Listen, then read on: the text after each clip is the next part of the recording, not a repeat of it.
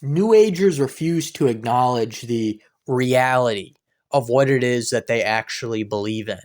And I can just tell you this, what they actually teach is truly horrifying.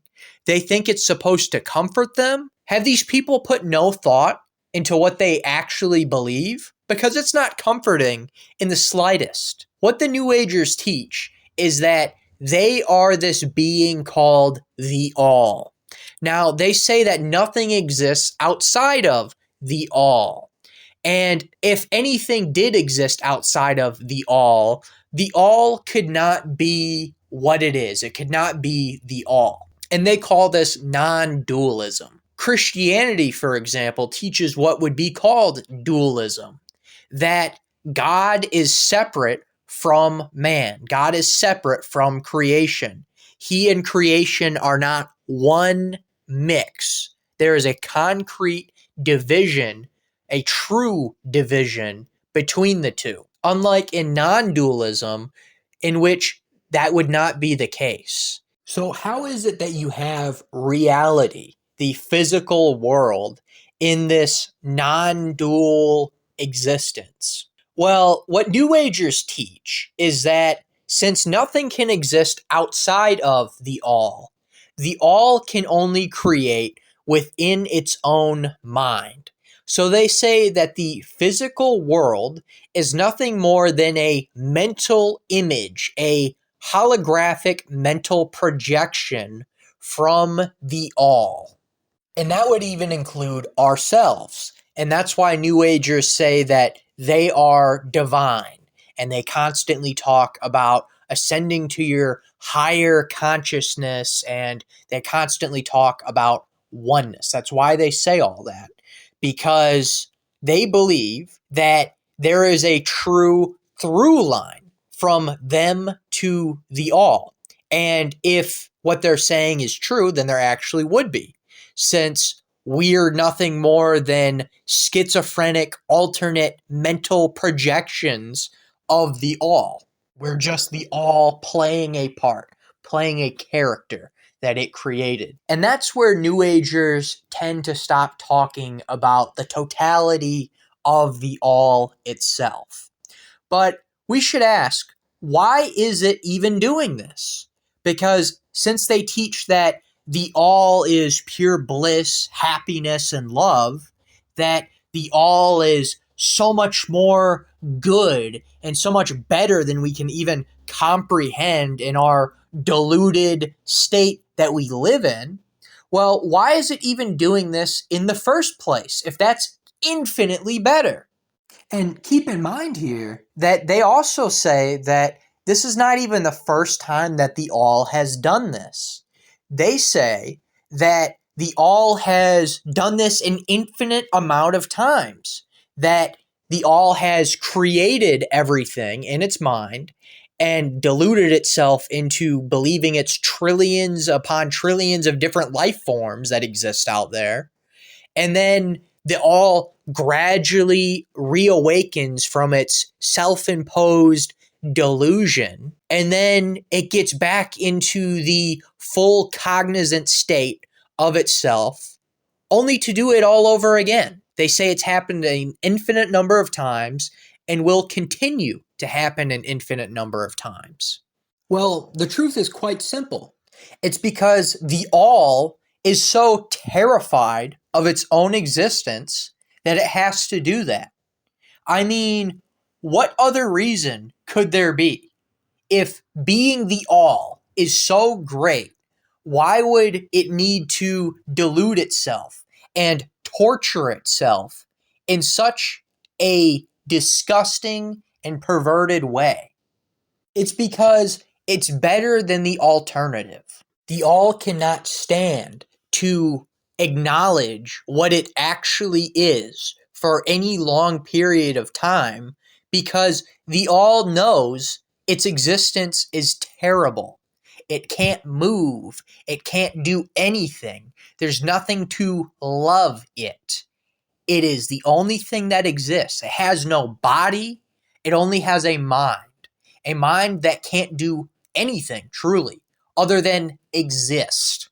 And since its natural state of existence is so terrible, it has to recede within itself, to fracture itself and delude itself into believing that it's actually inside of this physical world and that it's actually trillions upon trillions of different life forms, bugs, bees, birds, bats, dogs, cats, people, all at once, all to distract itself from what it actually is. And it should also be noted that the all does not create a purely perfect reality, a utopia where nobody's in pain and there's no such thing as scarcity and everyone lives in happiness and bliss.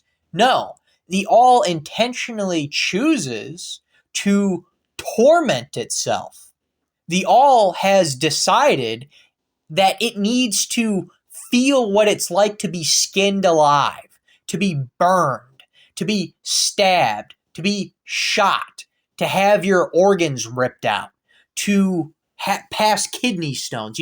List goes on and on. Anything that you can think of, any terrible thing that you can think of, the all is willing to inflict it upon itself just to maintain this delusion. If being the all was truly so great, it would not torture itself constantly in the manner that it has.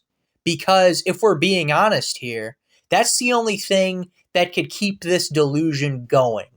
Pain, suffering, and something else to distract itself. Something else to put its fear onto. Because if you have this perfect utopia where all anyone can do is just sit around and think, eventually the all is just going to realize what it is again. There's going to be no resistance. The pain and the suffering is the only thing that's really keeping it from realizing what it is. Now let's talk about the New Agers themselves. What is it that you have to sacrifice for your belief in the all? Well, you have to sacrifice your mom, your dad, your pets, your friends, and yourself for this belief.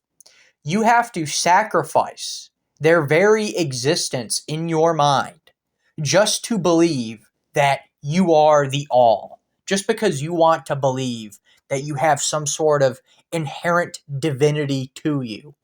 You have to sacrifice any feelings that you have for them. And you have to acknowledge that it's nothing more than an illusion. That there truly is no mom and dad. And I truly don't love mom and dad. But rather, I have simply deceived myself into thinking that there is a mom and a dad to love. And you might counter and say, well, see, the all is just love. Because it's doing this just to love itself, to regain its own love. What kind of existence is it where the only way that you can be truly loved is to deceive and torture yourself into thinking that you don't actually exist, just so you can feel what it's like to have somebody to love you? Since there actually in reality is no one to love you, since you're all that exists, what kind of existence is that? It's not a good one. If this being even truly does love itself, in your view, why would it even have to do this in the first place? If at the very tippy top of consciousness is the constant feeling of self-love. There is no self-love to the all. Not at the very tippy top of consciousness, because there's only self-loathing for the all. Otherwise, it would not have to do what it has continued to do for eternity. If it did not truly loathe its own existence, it would not have to deceive itself into thinking it does not exist. What kind of self-love is that? What kind of existence is that? Where the only kicks that you can get, where the only thing that you can truly do other than just simply exist is to deceive yourself. New Agers, do you seriously want to believe that you're forever trapped in an endless cycle of self-deception and torture just because you want to deceive yourself into thinking that you have some sort of divinity? Do you really want to believe what I've just clearly laid out is the factual truth behind pantheism?